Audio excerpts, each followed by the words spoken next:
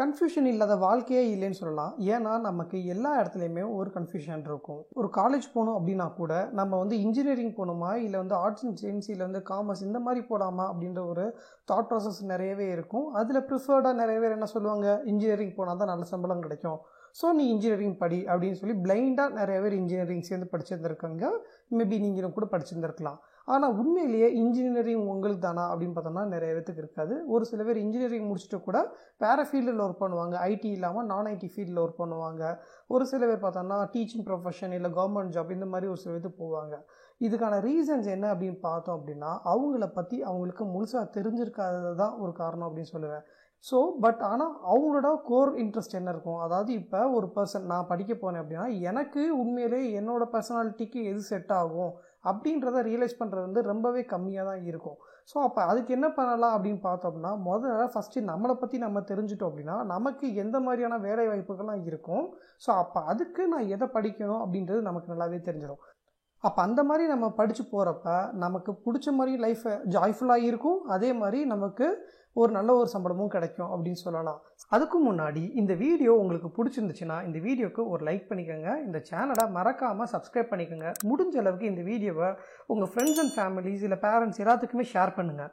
எப்பயுமே நம்மளால் ஈஸியாக அடுத்தவங்களை ஜட்ஜ் பண்ணிட முடியும், ஆனால் நம்மளை வந்து ஜட்ஜ் பண்ணிக்கணும் அப்படின்னா அது வந்து ரொம்பவே கஷ்டமாக இருக்கும்னு சொல்லலாம். ஏன்னா நமக்கு எது பிடிக்கும் பிடிக்காதுன்றதை நம்ம வந்து தெளிவுபடுத்தி கொண்டு வரது ரொம்பவே கஷ்டம். ஸோ இதுக்கு தான் பிரிக்ஸ் அண்ட் மேயர்ஸ் அப்படின்றவங்க கிட்டத்தட்ட வந்து ஒரு பர்சனாலிட்டி டைப் டெஸ்ட் அப்படின்றத பிரிங் அவுட் பண்ணியிருந்திருக்காங்க. ஸோ இந்த டெஸ்ட்டில் பார்த்தோம் அப்படின்னா இதில் என்ன சொல்லியிருப்பாங்கன்னா கிட்டத்தட்ட வந்து ஒரு 16 பர்சனாலிட்டி டைப்ஸ் இருக்குது அப்படின்னு சொல்லியிருப்பாங்க. ஸோ இது வந்து அன்னியனில் எப்படி வந்து அவர் வந்து மல்டி பர்சனாலிட்டி டிஸார்டர் இருக்கிற மாதிரி ஒரு 3 பர்சனாலிட்டி காமிச்சிருப்பாங்க. ஸோ ரியல் லைஃப்பில் சொல்லணும் அப்படின்னா இந்த மாதிரி வந்து மொத்தம் 16 பர்சனாலிட்டி டைப்ஸ் இருக்கும். நீங்கள் இந்த 16 பர்சனாலிட்டி டைப்பில் நீங்கள் ஏதோ ஒன்றில் தான் வருவீங்க. ஸோ அப்போ அந்த ஒரு பர்சனாலிட்டிக்கு எனக்கு ஸ்கில் எப்படி இருக்கும் அப்படின்றத நீங்கள் வந்து பார்த்து தெரிஞ்சுக்கலாம். ஸோ இந்த வெப்சைட்டில் பார்த்தோம் அப்படின்னா நம்ம வந்து ஒரு பர்சனாலிட்டி டெஸ்ட் எடுக்க முடியும். இந்த பர்சனாலிட்டி டெஸ்ட் அப்படின்றது பார்த்தீங்க அப்படின்னா இது வரைக்குமே ஒரு 5,83,000 பேர் வந்து இந்த வெப்சைட் மூலமாக வந்து லாஸ்ட் 30 டேஸில் வந்து எடுத்திருக்காங்க. ஸோ இந்த டெஸ்ட்டில் என்ன இருக்கும் அப்படின்னு பார்த்தீங்கன்னா வெறும் பாசிட்டிவ் மார்க்ஸ் நெகட்டிவ் மார்க்ஸ் அந்த மாதிரிலாம் எதுவுமே இருக்காது. ஏன் அப்படின்னா இது வந்து நம்மளை பற்றி நம்ம வந்து ஒரு அண்டர்ஸ்டாண்ட் பண்ணிக்க போகிற ஒரு விஷயம். அதனால வந்து இதில் எதுவுமே பாசிட்டிவ் நெகட்டிவ் கிடையாது. இதில் நீங்கள் பண்ண வேண்டியது எல்லாமே ஸோ இங்கே வந்து ஒரு சில செட் ஆஃப் கொஸ்டின்ஸ் கொடுத்துருப்பாங்க. இந்த கொஸ்டின்ஸுக்கு நீங்கள் வந்து ரேண்டமாக நீங்கள் வந்து ஆன்சர் பண்ண வேண்டியதான், கிளிக் பண்ண வேண்டியதான். ஸோ இப்போ நீங்கள் பார்த்தீங்கன்னா I am often disorganised, I keep my self organised அப்படின்னு சொல்லி கேட்டுருந்துருக்காங்க. ஸோ அதாவது நான் வந்து என் பொருள் எல்லாத்தையுமே நான் வந்து ஆர்கனைஸ்டாக வச்சுக்கிறேன் இல்லை டிஸ்ஆர்கனைஸ்டாக வச்சுக்கிறேன் அப்படின்றது உங்களுக்கு தெரியும்ல. ஸோ நீங்கள் ஆர்கனைஸ்டாக வச்சுக்கிறீங்களா இல்லை டிஸ்ஆர்கனைஸ்டாக வச்சுக்கிறீங்களான்னு ஸோ நீங்கள் அதுக்கேற்ற மாதிரி வந்து நீங்கள் இது உங்களை வந்து கிளிக் பண்ணிக்கலாம். ஸோ இந்த மாதிரி நீங்கள் வந்து கிட்டத்தட்ட பார்த்தீங்க அப்படின்னா நிறையா கொஸ்டின்ஸ் இருக்கும். ஸோ இது வந்து நீங்கள் வந்து பொறுமையாக பண்ணுங்கள். இதில் வந்து ஒரு பப்ளிக் எக்ஸாம் கிடையாது. ஸோ இதுக்கு வந்து நீங்கள் வந்து இமீடியட்டாக கிளிக் பண்ணி எல்லாமே நீங்கள் வந்து 10 நிமிஷத்தில் எல்லாத்தையும் முடிக்கணும் அப்படின்ற எந்த ஒரு கட்டுப்பாடும் கிடையாது. ஸோ இதை நீங்கள் பொறுமையாக இதை நீங்கள் பார்த்தா போதும், எந்த ஒரு அவசரமும் கிடையாது. நிதானமாக இதை நீங்கள் கோத்ரூ பண்ணி உங்களை நீங்கள் கேட்டுக்கோங்க. ஓகே இப்போ வந்து இந்த கொஸ்டினுக்கு என்னவாக இருக்கும், ஐ value my social status R I value my privacy அப்படின்னு இருக்கும். ஏன்னா ஒரு சில பேர் வந்து எல்லாமே வந்து போட்டு படம் காட்டணும்னு நினைப்பாங்க. அதாவது நான் பண்ணுறது எல்லாமே நான் கார் வாங்கிட்டேன், பைக் வாங்கிட்டேன், புது சட்டை எடுத்துட்டேன், நான் அந்த மாலுக்கு போயிட்டேன் அப்படின்றது கூட சோஷியல் ஸ்டேட்டஸாக போடுவாங்க. ஒரு சில பேர் பார்த்தோன்னா எவ்வளோ பெரிய விஷயம் பண்ணாலும் அதை வந்து பெருசாக அவங்க வந்து சோஷியல் மீடியாவில் எக்ஸ்பிரஸ் பண்ணிக்க மாட்டாங்க. ஸோ அந்த மாதிரி ஒரு சில இது இருக்கும். ஸோ இதை தான் வந்து அவங்க வந்து உங்கள்கிட்ட வந்து கொஸ்டின்ஸை எக்ஸ்பெக்ட் பண்ணுவாங்க. ஸோ இந்த மாதிரி கொஸ்டின்ஸை நீங்கள் வந்து முதல்ல போடணும். முக்கியமாக ஒன்று, இந்த நடுவில் இருக்கிற மட்டும் எல்லாத்துக்குமே செலக்ட் பண்ணாதீங்க. ஏன் அப்படின்னா அது வந்து ஒரு நியூட்ரல். அப்போ நியூட்ரல்ன்றது எப்பயுமே எல்லா விஷயத்தையுமே நீங்கள் வந்து ஒரு நியூட்ரலாகவே இருக்க முடியாது. ஸோ நீங்கள் எய்தர் வந்து இந்த எண்ட் இல்லைனா இந்த எண்ட் இல்லைனா இந்த நடுவில் இருக்கிற இந்த ரெண்டாவது கூட நீங்கள் செலக்ட் பண்ணலாம். பட் இந்த தேர்டில் மிடில் இருக்கிறது மட்டும் செலக்ட் பண்ணாதீங்க. ஏன்னா நீங்கள் அப்படி பண்ணுறப்ப உங்களோட பர்சனாலிட்டியை உங்களால் கரெக்டாக ஜஸ்டிஃபை பண்ணி பிரிங் அவுட் பண்ணி கொண்டு வர முடியாது. அது எதுவாக வேணாலும் இருக்கட்டும், நீங்கள் பண்ண மாட்டீங்க, எதுனால வேணாலும் இருக்கட்டும், இது வந்து வேறு யாருக்கும் ஷேர் பண்ண போகிறது கிடையாது. இது உங்களுக்கு மட்டும்தான் வரும். அதனால இதை நீங்கள் மட்டும்தான் பார்க்க போகிறீங்க. ஸோ இதை வந்து நீங்கள் உங்களோட முழு மனசுக்கு எனக்கு இதுதான் சரி அப்படின்னு பண்ணுறத நீங்கள் வந்து கிளிக் பண்ணுங்கள்.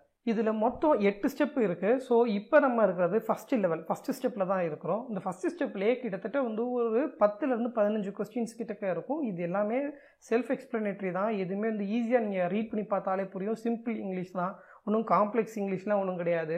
ஸோ அதுக்கு மேலே ஏதாவது உங்களுக்கு வேர்டு வந்து காம்ப்ளெக்ஸாக இருந்தாலும் நீங்கள் அதை அப்படியே காப்பி பண்ணி கூகுளில் போட்டு பார்த்தீங்கன்னாலும் ஈஸியாக தெரிஞ்சிடும்.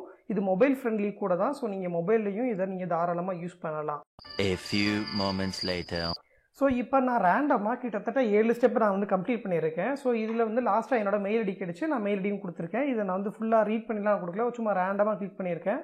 ஸோ இப்போ நான் வந்து நெக்ஸ்ட் ஸ்டெப் அப்படின்றத நான் கிளிக் பண்ணுறேன். ஸ்டெப் 8 அப்படின்றது பார்த்தீங்க அப்படின்னா வந்து ஒரு மோட்டிவேஷன் சர்வே அப்படின்ற மாதிரி சொல்லி கேட்குறாங்க. இது வந்து ஜஸ்ட்டு வந்து ஒரு ஆப்ஷனல் தான். ஸோ இது வந்து நீங்கள் ஃபில் பண்ணுறாலும் பண்ணலாம், இல்லை இது வந்து லீவ் பண்ணுறாலும் பண்ணலாம். எனக்கு வந்துருக்கு ரிசல்ட் என்ன வந்திருக்கு, ENTJ அப்படின்றது வந்திருக்கு. ஸோ இதில் வந்து ஒரு சின்னதாக ஒரு ப்ரீஃப் கொடுத்துருக்காங்க. அதாவது ஒரு ENTJ அப்படின்னா அவங்க வந்து ஒரு எக்ஸ்ட்ரோவர்ட்டான பர்சன். ஸோ ரொம்ப ஒரு அனாலிட்டிக்கல் அப்ஜெக்டிவ் ஓரியன்டட் திங்கிங்காக இருப்பீங்க. உங்களோட கோல்ஸை வந்து அச்சீவ் பண்ணுறதுல ரொம்ப ஃபோக்கஸாக இருப்பீங்க. ஒரு டெசிஷன் மேக்கிங் எடுக்கிறதா இருக்கட்டும், நீங்கள் வந்து ஒரு மிங்கிள் ஆகிறதா இருக்கட்டும், லாஜிக்கல் வந்து திங்கிங் பண்ணுவீங்க.